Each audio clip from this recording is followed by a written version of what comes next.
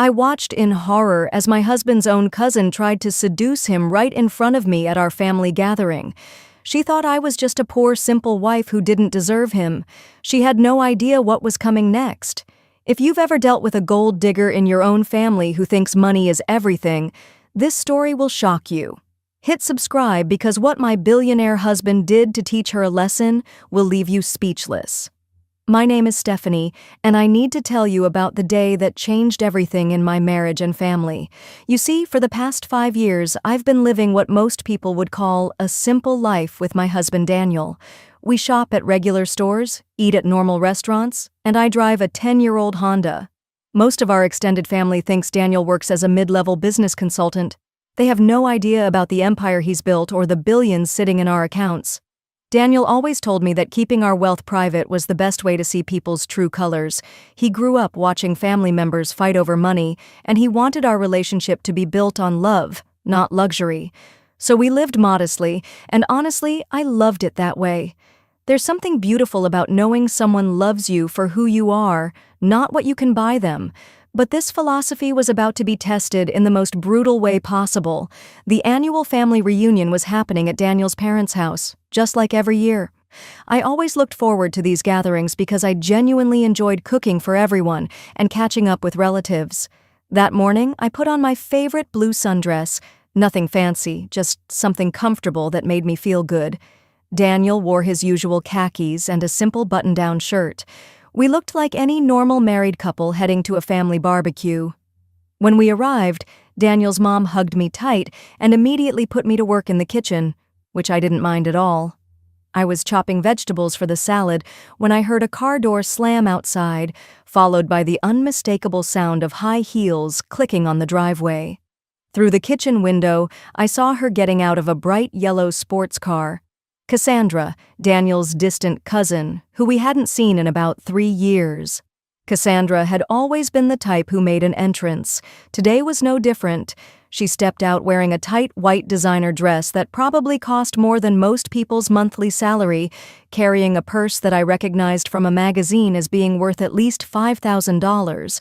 Her blonde hair was perfectly styled, her makeup looked professionally done, and she moved with the confidence of someone who knew she was being watched. I remember thinking how different we looked. Me in my simple dress with flour on my hands, and her looking like she'd stepped off a magazine cover. But I didn't feel jealous or insecure. I felt sorry for her. You see, 3 years ago, Cassandra had married a wealthy businessman in what everyone called the wedding of the century.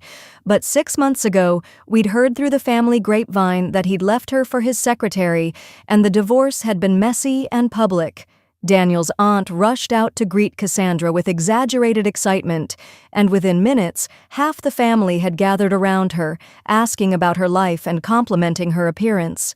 I continued working in the kitchen, listening to the conversation drift through the window. That's when I heard her ask the question that made my stomach drop. "Where's Daniel?" I haven't seen him in forever, and I have so much to catch up on with him. The way she said his name, with this little lilt in her voice, made me pause mid-chop. When Daniel walked outside to greet everyone, I watched through the window as Cassandra practically threw herself into his arms for a hug that lasted way too long. Her hands lingered on his shoulders, and she kept touching his arm as she talked to him. Daniel, being the polite person he is, didn't pull away, but I could see the slight discomfort in his posture.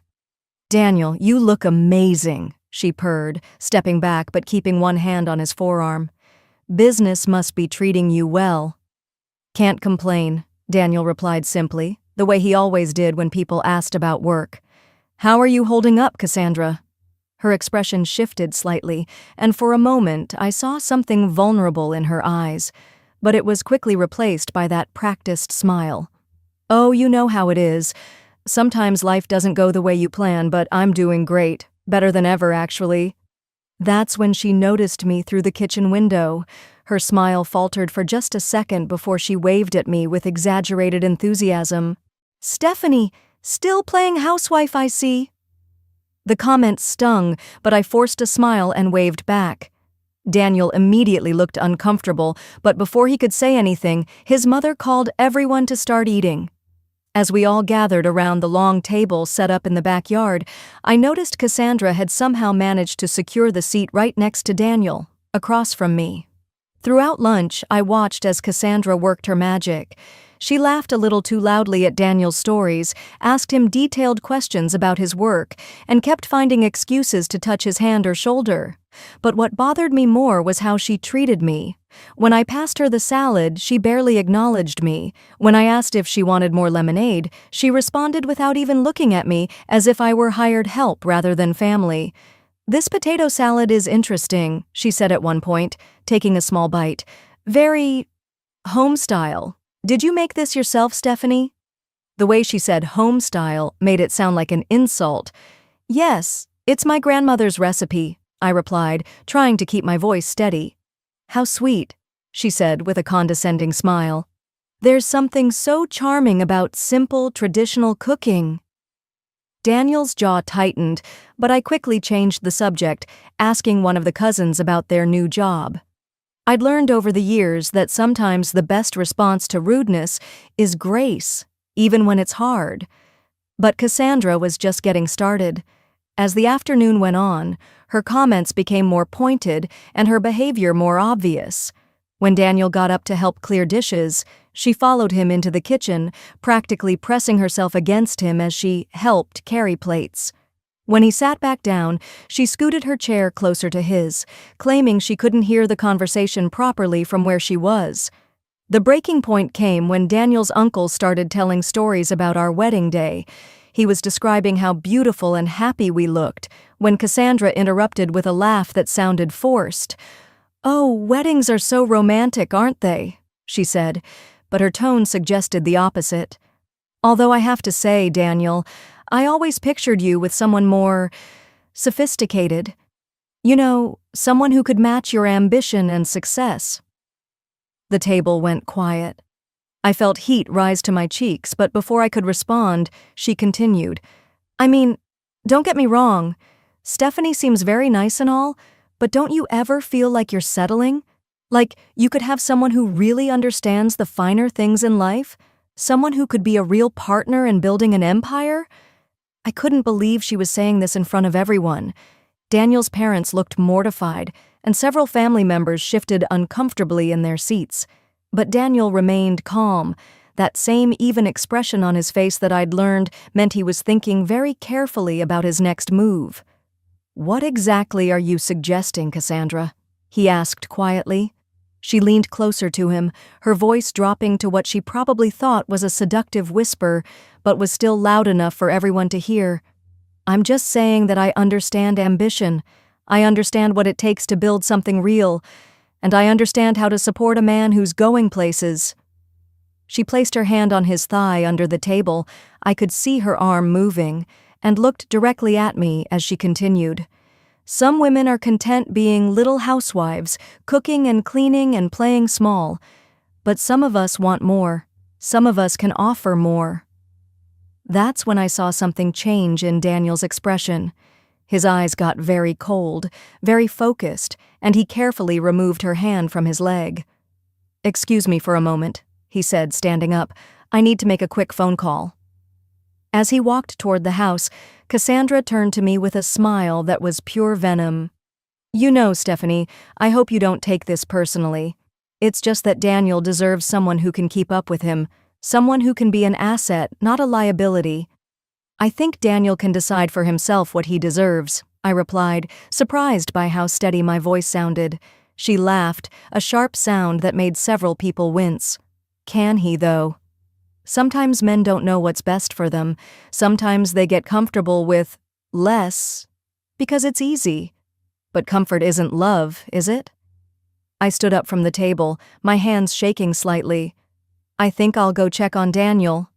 But as I turned to leave, Cassandra's voice followed me. "He married you out of kindness, you know. But kindness fades. Passion, ambition, real partnership, that's what lasts." I found Daniel in his father's study, pacing while talking quietly on his phone. When he saw me, he held up one finger and continued his conversation. "Yes, I need you to come to my parents' house. Bring the Henderson contracts and the Morrison project files. No, I know it's Sunday, but this is important. About an hour should be perfect. When he hung up, I couldn't hold back anymore. Daniel, I think we should just leave.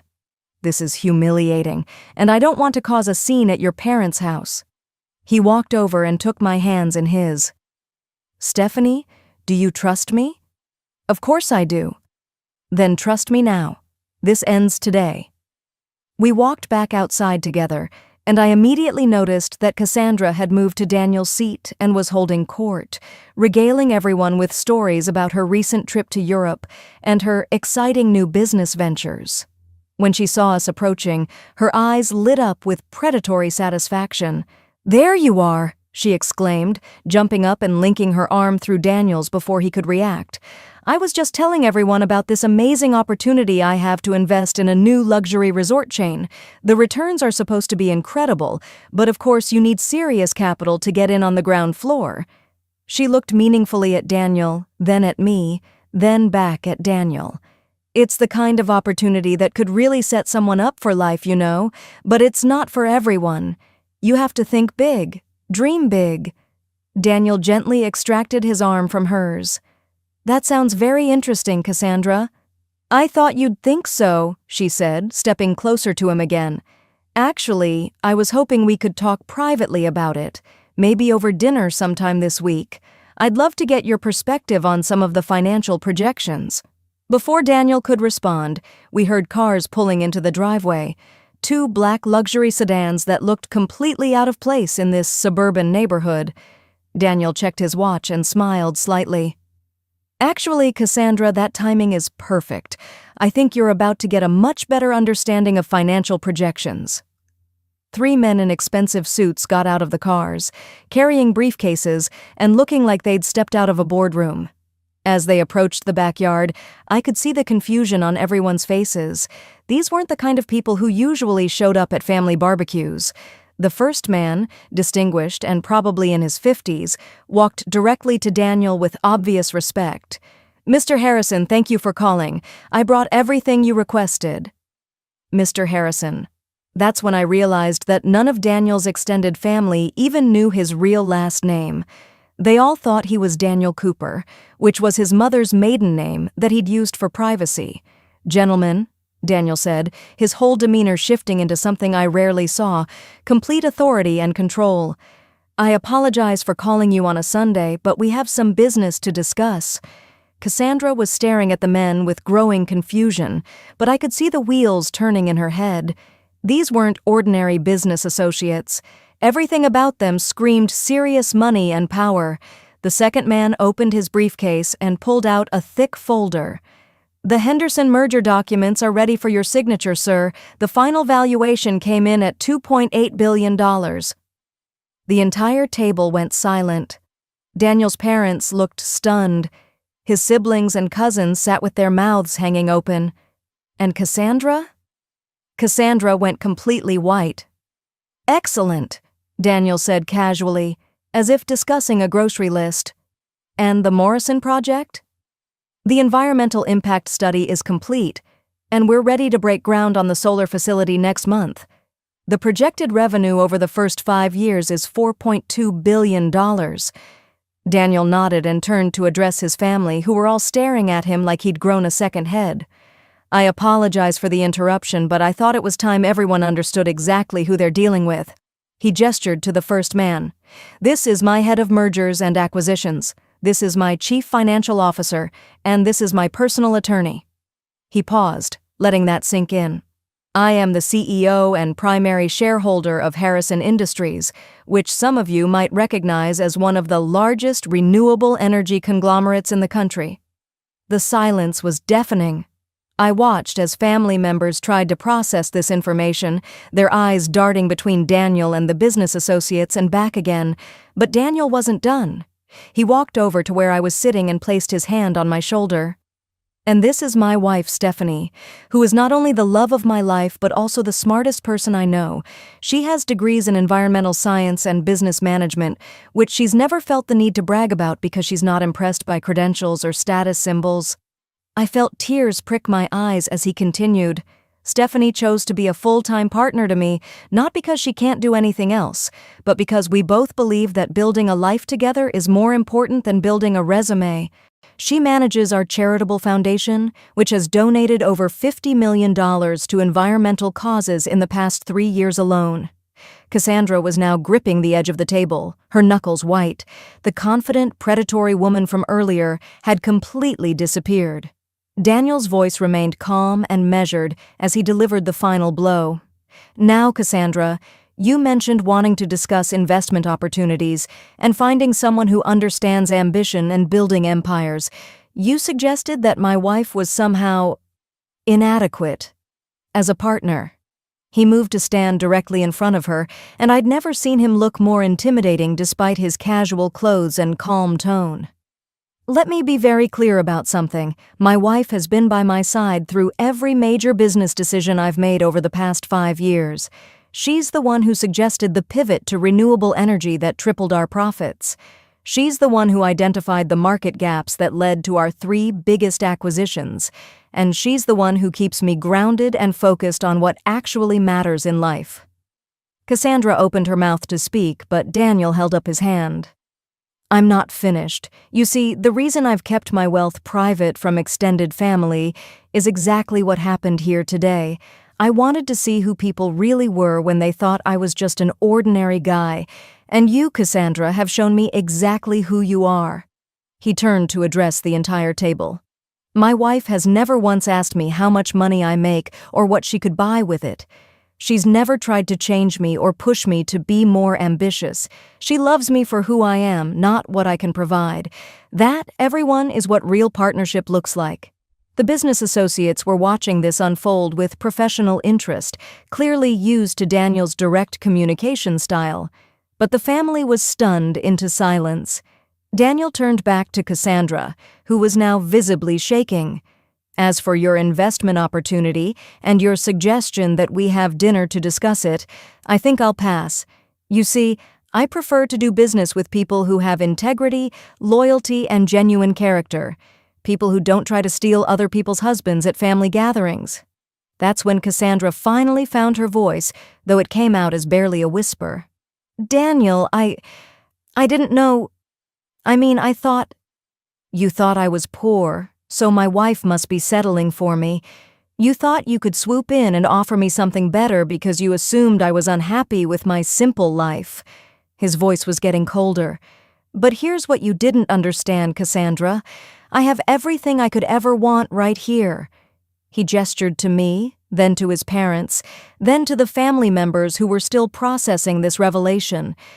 I have a woman who loves me unconditionally, parents who raised me with strong values, and a family that's always supported me. The only thing that was missing from this perfect picture was seeing who would try to destroy it for their own gain. Cassandra stood up abruptly, her chair scraping against the concrete patio. I should go, she said, her voice barely audible. Yes, you should, Daniel agreed. But before you do, I want you to understand something. The way you treated my wife today, the disrespect you showed her, the cruel things you said, that tells me everything I need to know about your character. And character, Cassandra, is the one thing money can't buy. As she gathered her purse and headed toward her car, Daniel called after her. Oh, and Cassandra? If you're really looking for investment opportunities, might I suggest investing in some self-reflection and basic human decency? The returns on that tend to be much more valuable in the long run. The yellow sports car pulled out of the driveway with squealing tires, and we all watched in silence until it disappeared around the corner. Daniel's father was the first to speak. Son, I think we need to have a conversation about why you never told us about all this. Daniel smiled, the warmth returning to his expression for the first time since the confrontation began. Dad, I told you the most important thing, that I found someone who makes me happy and that I'm doing well for myself. The rest is just numbers in bank accounts. His mother stood up and walked over to hug both of us. I'm so sorry about what happened here today. Cassandra was completely out of line, and I should have said something sooner. It's okay, Mom, I said, finally finding my voice again. Sometimes people need to reveal who they really are. The business associates packed up their briefcases and prepared to leave. As they shook hands with Daniel, I heard the first man say quietly, "Remind me never to get on your bad side, sir." That was surgical. Daniel laughed. "She did it to herself, Martin. I just made sure everyone could see it clearly." After they left, the family spent the rest of the evening asking questions about Daniel's business and our life together, but more importantly, they apologized to both of us for not standing up to Cassandra's behavior sooner. Several relatives admitted they'd been uncomfortable but hadn't known how to address it. Daniel's teenage nephew summed it up best. So, basically, Cousin Cassandra tried to steal Uncle Daniel thinking he was broke, but he's actually super rich and chose Aunt Stephanie because she's awesome, not because of money. That's exactly right, Daniel confirmed. And that's why you should always judge people by how they treat others, not by how much money they have or what they're wearing. As we drove home that evening, I finally asked Daniel the question that had been on my mind all day. "How long have you been planning something like this?" He glanced over at me with a sheepish smile. "I wasn't planning anything specific, but I've had contingency plans for years in case someone in the family ever got too interested in my finances for the wrong reasons. I just never thought it would happen in such a dramatic way." "Do you regret keeping it secret for so long?" "Not for a second," he said immediately, "because now I know beyond any doubt that every person in my life loves me for the right reasons, including you. Especially you. Even after today? Even after seeing how your family reacted when they found out you're wealthy?" He pulled into our driveway and turned to face me. "Stephanie, do you know what the difference is between you and Cassandra?" I shook my head. "She spent the entire day trying to convince me that you weren't good enough for me. But you spent the entire day trying to protect our family gathering from becoming uncomfortable, even when she was attacking you personally. That's the difference between someone who loves you and someone who wants to use you." As we walked into our modest house, which I now realized we could afford to replace with a mansion but chose not to, I thought about everything that had happened. Cassandra had tried to humiliate me by suggesting I wasn't sophisticated enough, ambitious enough, or valuable enough for my own husband. But in the end, she'd only succeeded in proving that true worth has nothing to do with designer clothes or expensive cars. The most beautiful part of the whole day was that Daniel didn't defend me by listing my accomplishments or credentials, though apparently I had more of those than I'd realized. He defended me by showing everyone the kind of person I am and the kind of relationship we have. He proved that partnership isn't about what you can get from someone, but about what you can build together. 3 months later, we heard through the family grapevine that Cassandra had moved to another state and was working as a real estate agent. Apparently, her divorce settlement hadn't been as generous as she'd hoped, and she was having to rebuild her life from scratch. I actually felt sorry for her. Not because she'd lost her wealthy lifestyle, but because she'd apparently never learned that the most valuable things in life can't be bought or stolen. Daniel and I still live simply, still shop at regular stores, and still drive practical cars. The only difference now is that his family knows the truth about our financial situation, which has actually brought us closer together. His parents are proud of what he's built, but they're prouder of the man he's become and the marriage we've created. And me? I learned that sometimes the greatest gift you can give someone is the chance to show their true character. Cassandra revealed hers that day, and so did Daniel. So did I, for that matter. And so did our family, who ultimately chose love and loyalty over greed and drama. The funny thing is, if Cassandra had simply been kind to me, if she'd treated me with basic respect and dignity, she might have ended up with a wealthy cousin-in-law who could have genuinely helped her rebuild her life. Instead, she chose to be cruel and manipulative, and she lost everything she thought she wanted. That's the thing about gold diggers. They're so focused on finding gold that they can't see the treasure that's right in front of them. And the treasure isn't money. It's love, respect, loyalty, and genuine human connection. Those are things you can't dig up, steal, or buy. You can only earn them by being the kind of person who deserves them. This proves that gold diggers always reveal their true colors, and genuine love always wins. If this story reminded you to value character over cash, smash that like button. Have you ever dealt with a family member like Cassandra? Share your story in the comments, and don't forget to subscribe for more shocking family drama stories.